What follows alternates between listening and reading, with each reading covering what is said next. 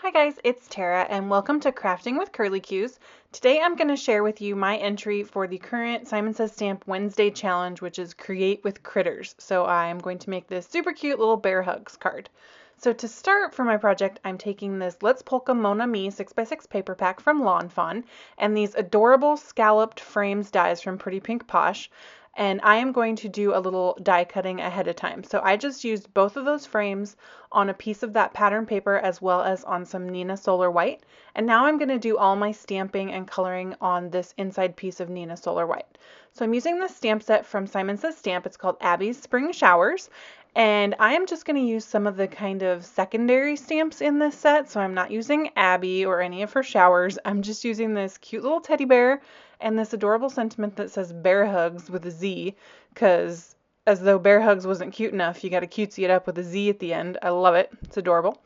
And I'm going to use my Ranger Archival Jet Black ink to stamp these images on my piece. And I am using this ink because I'm going to be doing some coloring with my Prismacolors and Gamsol later. And that's going to get the ink kind of wet and I don't want it to run. So that's why I'm using this particular ink. And I also like that it stamps nice and crispy. These Simon Says stamps tend to have nice thin lines, which I think is super cool. And if you get a really crisp image, it just looks really awesome. I don't know, something about it. I dig it. So I am leaving a little bit of space between the bear and the bear hugs there because I have a plan for that later. So anyway, stay tuned. I've got my Inka Dinka Doo stamping mask paper and I'm going to stamp that little bear on there. I kind of goobered the first one, so I went ahead and stamped it again because obviously it doesn't matter. You can see that scrappy piece of that mask paper. I save all of that so that I can use it later because you never know when you're going to have a stamp that you want to mask that's going to fit on the little scrap piece. So I've had the same package of that stuff for like a year, no joke. So it lasts forever. It's pretty cool. So now that I've got my little teddy bear all cut out, I'm going to go ahead and peel him off and stick him right on top of my stamped image there. And then I'm going to start working on my little background for this piece of paper. So I have a white frame that's going to go right around this particular piece. So I wanted to make sure that it was going to stand out. And I am using some cracked pistachio distress ink and my blending tool here. And I am just going to start creating a little green halo around my teddy bear. So I picked this color because I thought that it matched the piece of paper from my Let's Polka Mona Me pad pretty well. And the trick to this here, and this has taken me lots and lots and lots of practice to distress from the middle on Nina without getting like goobery, harsh distress ink blending tool lines. So really the trick is to layer. You can see that it starts really light. You can barely even see it, but I just keep going over and over and over it till I get the amount of color that I'm wanting. The other thing is that you can see that I'm dabbing my little distress tool there off on my work surface before I take it to my paper, and that's just kind of getting rid of some excess ink so that when I put it on my paper it doesn't have like a big ink blob that it's going to distribute. So that's just kind of the way that over lots and lots of practice I have figured out how to do this. And it doesn't seem really extreme now because the bear is so covered, but when I peel that mask off you can really see that green pop against that stark white. I love it. So then I'm going to save my mask on top of my stamp set and just pop that right back in my Avery stamp pocket and it's ready to go next time I need a mask, and you can use those a couple different times. So this is my Prismacolors. I wanted to show you guys how I store it. This is a super inexpensive like party favor that I found at the craft store, and I just put some pieces of paper in the bottom so my Prismacolors don't slide out the bottom. And that's how I store them because I have the giant like 150 set and I wasn't able to see all the colors and I did not like that huge box. So that's what I did. It was really cost effective. So if you want more info on that, just leave me a comment and I can maybe try to track down where to get one of those. But it's just a party favor thing. So that was just my storage solution for Prismacolors. So anywho, moving right along, I am going to color with my Prismacolors and use a little bit of Gamsol. And I say Gamsol, but really I think that's a brand name and I don't have Gamsol. I showed you earlier the odorless paint thinner that I use that I just got like at just my local store. And I'm going to be using these blending stumps. So you can see that's got some color on it. I wanted to show you guys how if you scribble on some sandpaper, then that's going to take that color right off that blending stump, and that's what you're going to want to do every time you go back in with a different color so you don't contaminate the colors. So I just took my chocolate Prismacolor pencil, and the only reason I remember that name is because it's chocolate and I'm always thinking about chocolate. And I just kind of put some color down around the border of my bear. So I'm not really, with this particular card, super concerned about shadows and where the light source is and yada yada yada. I'm just wanting a cute little like darker frame with it kind of blending out into a lighter soft brown. So my thought with this, like I want this whole card to just look soft. Like it's just kind of like, it's almost like it should be like a card for a baby or something, but it's not. It's just a really soft, sweet card that I'm going for. I've been doing a lot of like crazy bright colors, and I just was craving some nice, soft comfort cards. It's like comfort food. I wanted to do a comfort card. So I resorted back to my Prismacolors with my Gamsol because you always get a really sweet, soft look with this particular technique. It's the first technique I learned when I started making cards, and it will always be near and dear to my heart. And there's always some new coloring fad coming out. I've been kind of obsessed with my Zig Clean Color pens. I got into Copics and trying to learn those and collect those. And honestly, I don't come back to my Prismacolors and Gamsol often enough because I'm always trying to keep up with the fads. But this is just a really fun, classic way to color, and it's super fun on an image like this because I don't need many colors, so I get to just like color. I don't have to stress about picking out the colors and whatnot. I just get to like put the color on the page and use my little circles and just go to town. So speaking of which, you can see that I do use some really small, sharp little circles to spread that color out. That's my preferred method. I think that works the best. So just a little tip for what I do. I'm adding a little bit more shadowing in just a couple spots here just to give him a little bit more definition, and then coming back in and very lightly blending that out, but I just wanted him to have a little bit more definition there. And then I'll put some pink inside his little ears, and then I probably didn't need to do this, but I took a super, super skinny blending stump and even blended that little pink inside his ears out, but I probably could have just colored that. The area is small enough, so you don't have to be as nitpicky as I am. And then I'm going to come in with a really soft tan color and color the inside of his little snout and his little belly. I wasn't so sure about this color when I grabbed it, but I really liked the way that it blended out here. So while I finish coloring this, I'm going to talk to you guys a little bit about what to expect on my channel this week. So I'm kind of doing this for a couple of reasons.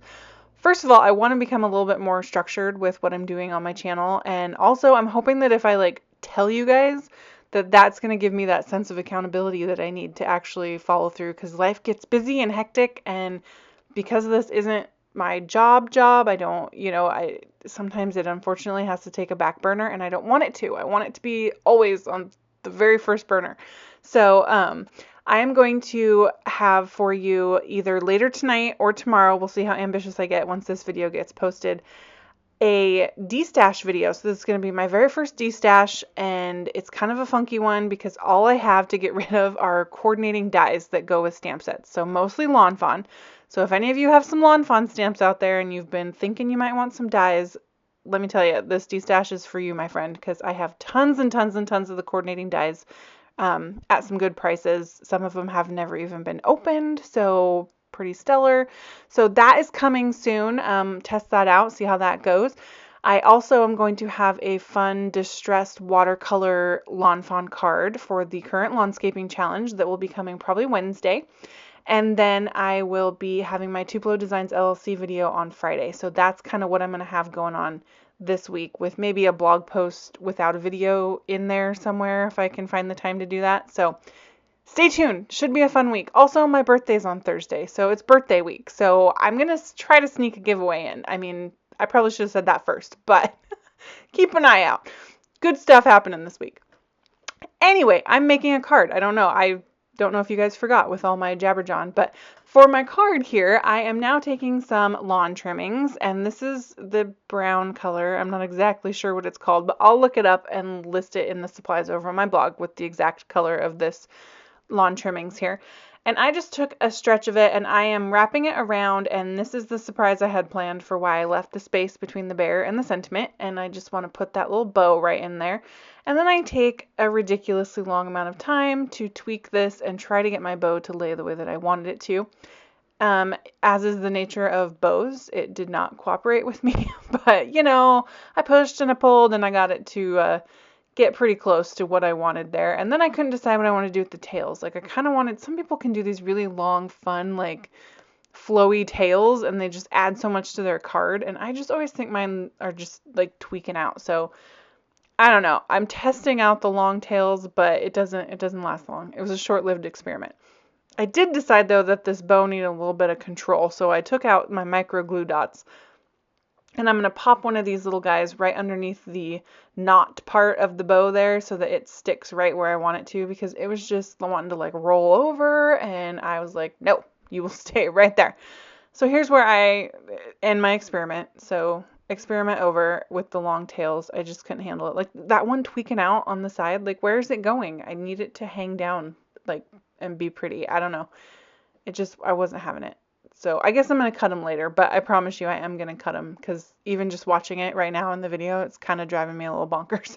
So here is my card base. It's an A2 card. It's side folding on Nina cardstock, and I'm just going to use my ATG gun and apply some adhesive all over the front of this bad boy. So my card design here is inlaid die cutting. So you saw at the beginning all the different die cut pieces that I had from those Pretty Pink Posh scalloped frames.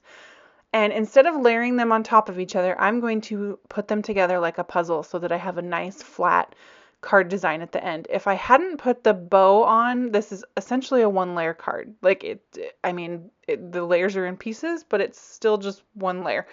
So you can see I put the outside frame in the pattern paper on, and now I'm putting the white scallopy frame inside. I love these dies. They are so stinking cute.